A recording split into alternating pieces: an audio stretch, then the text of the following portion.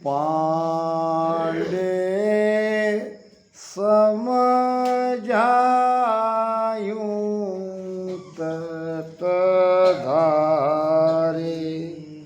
पांडे समझायूं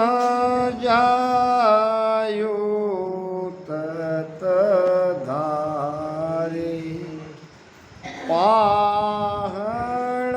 से वे जड़ है माया। पाहन से वे जड़ है माया। ताकू दूर बिडारे। पांडे समझायूं तत्धारे। पांडे समझायूं तत्धारे। एक नार की नकल बनाई, एक असल सो आवे। मेरे रामा एक असल सो आवे। अणसमझा के दोनों सरभर। अणसमझा के दोनों सरभर। समझा सागे जावे। पांडे समझायूं तत्धारे। पांडे समझायूं तत्धारे। पाहण से वे जड़ है माया। पाहन से वे जड़ है माया। ताकू दूर बिडारे। पांडे समझायूं तत्धारे। पांडे समझायूं तत्धारे। कुएं की एक नकल बनाई, एक असल सो किया। मेरे रामा एक असल सो किया। पिणियारी की भीड़ किसे पर। पिणियारी की भीड़ किसे पर। प्यासे कहाँ चित दिया। पांडे समझायूं तत्धारे। पांडे समझायूं तत्धारे। पाहण से वे जड़ है माया। पाहन से वे जड़ है माया। ताकू दूर बिडारे। पांडे समझा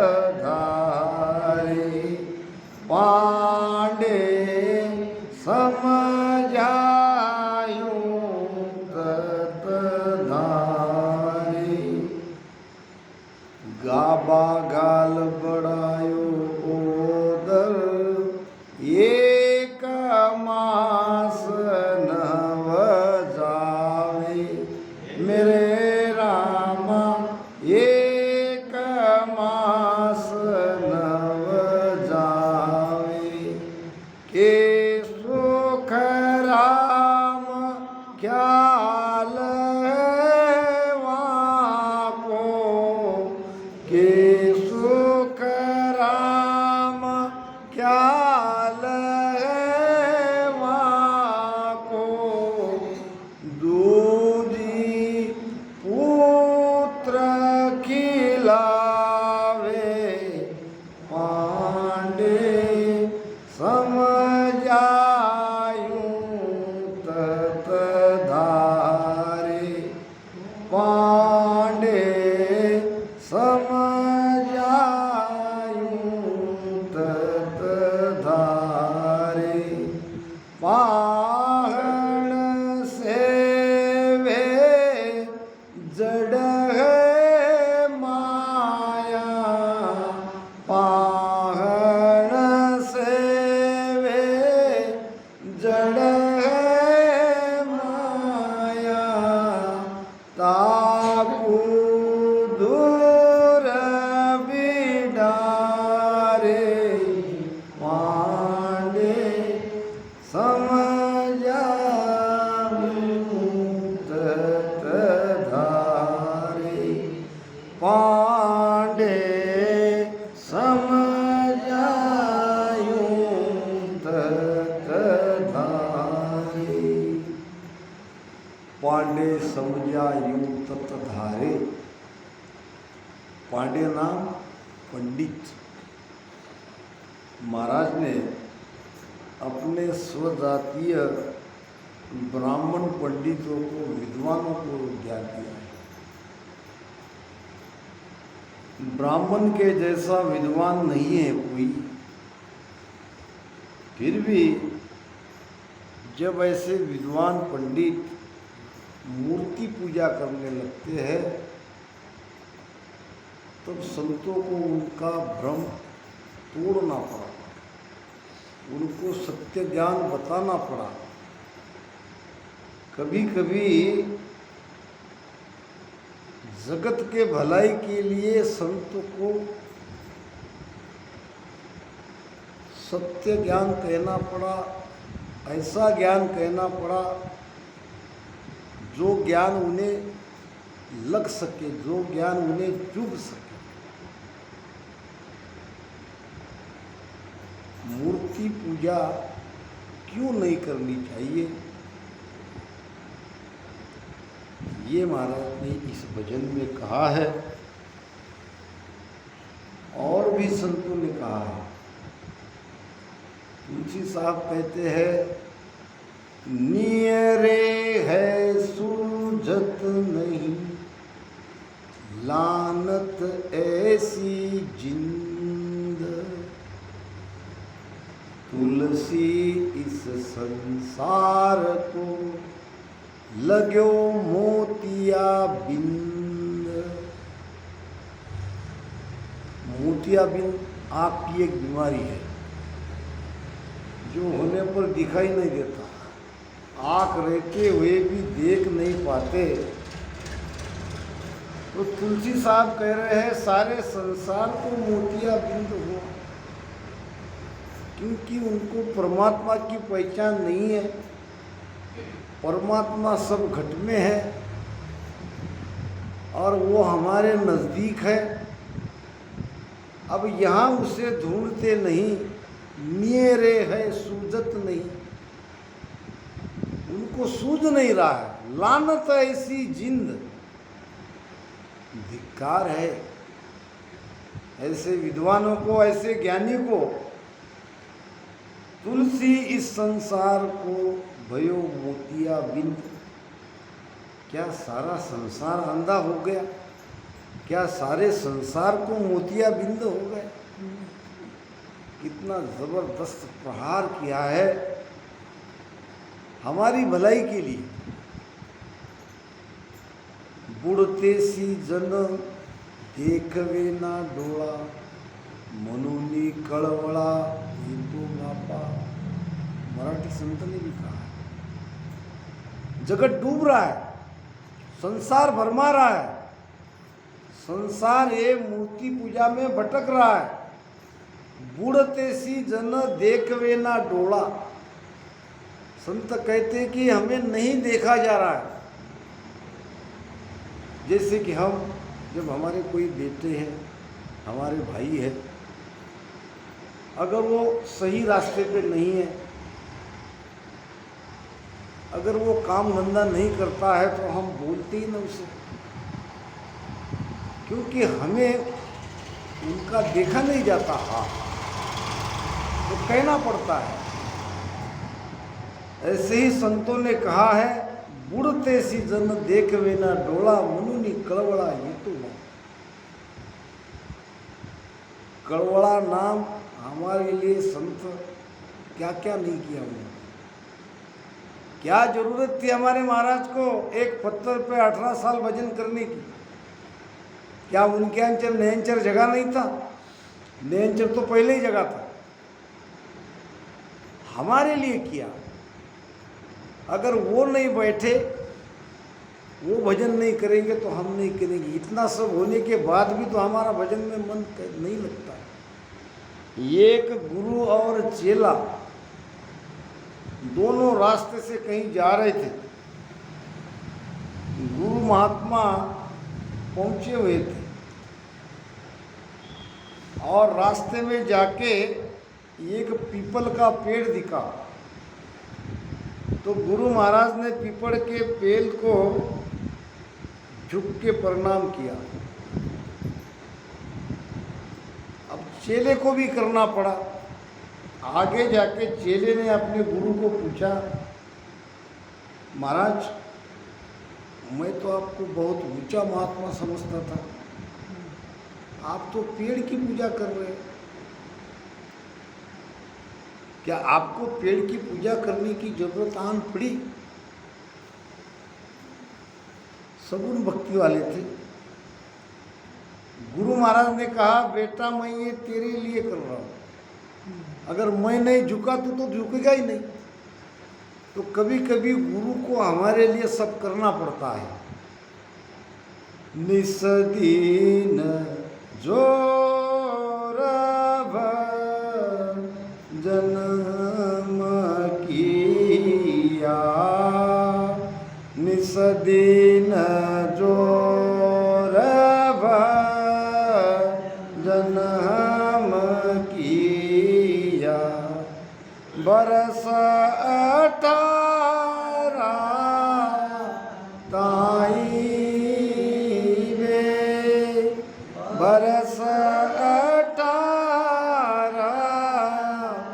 ताई वे, पहन पत्थर पर आसन मेरा, पहन पत्थर पर आसन मेरा, ऋण नींद नहीं लीवे, ऋण नींद नहीं लीवे,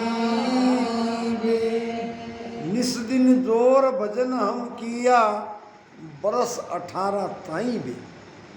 आज जो रामचौकी है और रामचौकी के ऊपर जो छतरी है, कोई गए होंगे तो उन्होंने देखा है। वो छतरी पे पहले पहाड़ी हुआ करती थी और पहाड़ पे पत्थर थे, और उस पत्थर पे बैठ के महाराज ने 18 साल तक रात दिन भजन किया। निस दिन जोर भजन हम किया, बरस 18 ताई वे, पाहन पत्थर पर आसन मेरा, ऋण नींद नहीं लीवी। तो कभी कभी संतों को ये सब करना पड़ता है, और किया, और हमारे लिए किया, हमें सिखाने के लिए किया, हमारे उद्धार के लिए किया। सरवर तरवर संत जन चौथा बरसे मेह और पर उपकारे कारणे चारों धारे दे। इसलिए तुलसी साहब कहते हैं परमात्मा हमारे भीतर है, हमारे हृदय में बैठा है और हम बाहर पत्थर में उसे खोज रहे हैं। ना मंदिर में, ना मस्जिद में, ना काबा कैलाश, ना मैं जप में, ना मैं तप में, ना मैं व्रत उपवास में। कबीर साहब ने तो कहा है, और मोकू कहाँ ढूंढे रे बंदा, मैं तो तेरे पास है। वो तो हमारे पास है और हम बाहर खोज रहे हैं। वस्तु कहीं ढूंढे कहीं कई विध आवे हाथ, तुलसी इस संसार को भयो मोतिया बिंद। एक महावत हाथी पे बैठ के एक गांव में आया। गांव था अंधों का गांव, यानी वहाँ के सब लोग अंधे थे। और हाथी की घंटी बजी। अब आँख से जरूर देख नहीं सकते थे, मगर कान तो उनके बहुत तेज रहते हैं। आवाज आते ही सारे अंधे भाग के आए, क्या हुआ क्या हुआ क्या हुआ, कौन है कौन है। महावत ने कहा हाथी है, और ये हाथी लेके मैं जा रहा हूँ। उसे जल्दी समझ में आ गया कि ये सारा गांव अंधों का है, नहीं तो पूछते नहीं। अगर देख सकते तो पूछते नहीं क्या है करके चिल्लाते नहीं। तो अंधे कहने लगे हमें दिखाओ। महावत कहने लगा तुम तो सब अंधे हो, तुमको कैसे दिखाए। तो अंधे कहने लगे हम हाथ से देखते हैं, हाथ से देखते हैं। बिठा दिया हाथी को। अब देखो भाई, अब आंधे टूट पड़े हाथी पे, ऐसे ऐसे ऐसे ऐसे हाथ घुमाने लगे। अब फिर सब होने के बाद महावत ने कहा देख लिया। हाँ देख लिया, बताओ फिर। कहने लगा एक अंधा हाथी चबूतरे का जैसा गोल है, जिसने पीठ पे हाथ छुआ था, पीठ पे हाथ घुमाया था। चबूतरा समझते हो ना, गोल चबूतरा। मैंने देखा वो चबूतरे का जैसे गोल है। दूसरा कहने लगा झूठ, वो तो छोटी सी लकड़ी के जैसा है जिसको बाल है। अब उसने पकड़ी थी पूंछ, मैंने अपने हाथ से देखा वो तो बहुत छोटी लकड़ी के जैसा है और जिसके छोटे छोटे बाल है। तीसरा कहने लगा झूठ, वो तो खंबे के जैसा है, इतना इतना जाड़ा। ऐसा बताने लगा, मैंने बिल्कुल हाथ से छू के देखा है। चौथा कहने लगा तुम भी झूठे हो, हाथी तो वो छादले के जैसा है, सूप के जैसा है, मैंने देखा। पांचवा कहने लगा तुम चारों झूठ, मैंने देखा है कि वो तो ऊपर थोड़ा जाड़ा और आगे थोड़ा झुका हुआ, ऐसी एक टेढ़ी मेढ़ी लकड़े के जैसा है जिसने सूंड पकड़ रखी। अब ये सब अपना अपना कहने लगे, अपने अपने मत को, मत के सामने दूसरे का मत का खंडन करने लगे। अब वो महावत चला गया, कहने लगा 4 दिन बाद मैं आऊँगा। अब इधर अंधों में हो गया झगड़ा। फिर ये जिन्होंने हाथी के जिस अंग को छुआ उनके सारे पंथ बन गए।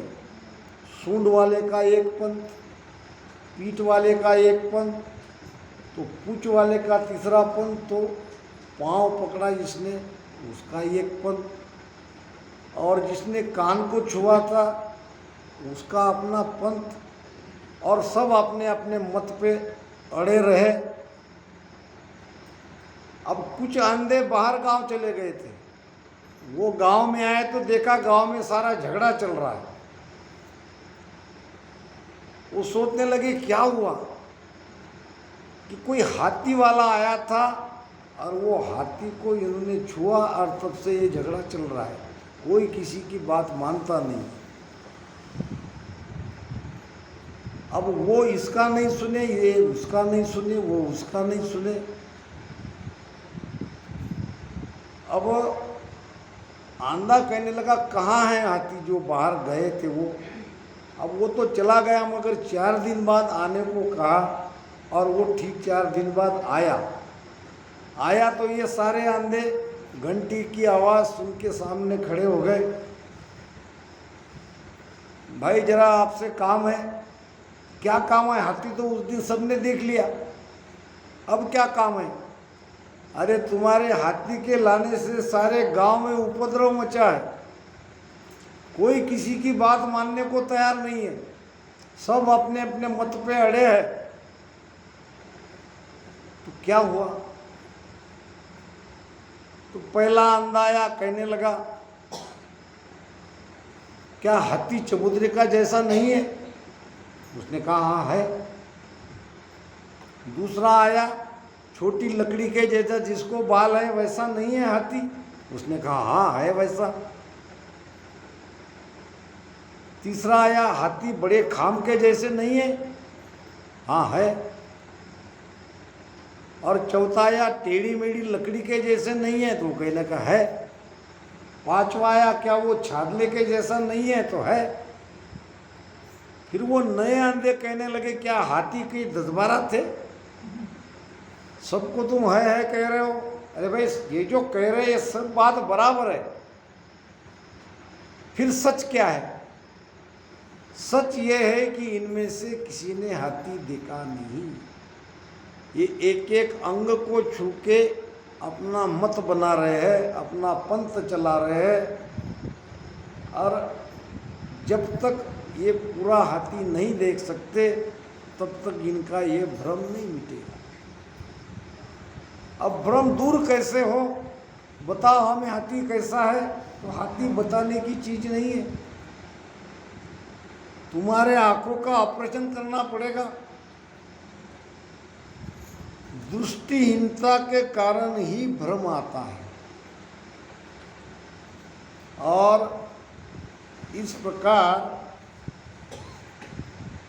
सब अपने अपने मत पे स्थिर रहे। आज हम संसार में देखते हैं भगवान एक ही है। जैसा हाथी एक था तो भगवान 2 है क्या? मगर कोई उसे सगुन में देख रहा है, कोई उसे निर्गुण में देख रहा है, कोई उसे ध्वनि में देख रहा है, कोई उसे उजाले में देख रहा है, और कोई मूर्ति पूजा में उसे ढूंढ रहा है। तो महाराज कहते हैं हे पंडितों, आप समझकर इस शब्द के ज्ञान को धारण करो। आप जो पत्थर की पूजा कर रहे हो, पाहन नाम पत्थर, ये सब जड़ है, ये चेतन नहीं है, ये जड़ माया है। अब इसको छोड़ो। एक नार की नकल बनाई, एक असल सो आवे, प्रमाण दे रहे। परमात्मा सगुण है कि निर्गुण है इसका प्रमाण दे रहे हैं। एक स्त्री है सामने और एक स्त्री की नकल है। अनसमझे के दोनों सरवर। अब जिसको समझ ही नहीं है, जिसको स्त्री का बोध ही नहीं है, स्त्री की समझ ही नहीं है, उसके लिए स्त्री क्या और स्त्री की बनाई मूर्ति क्या, दोनों एक समान है।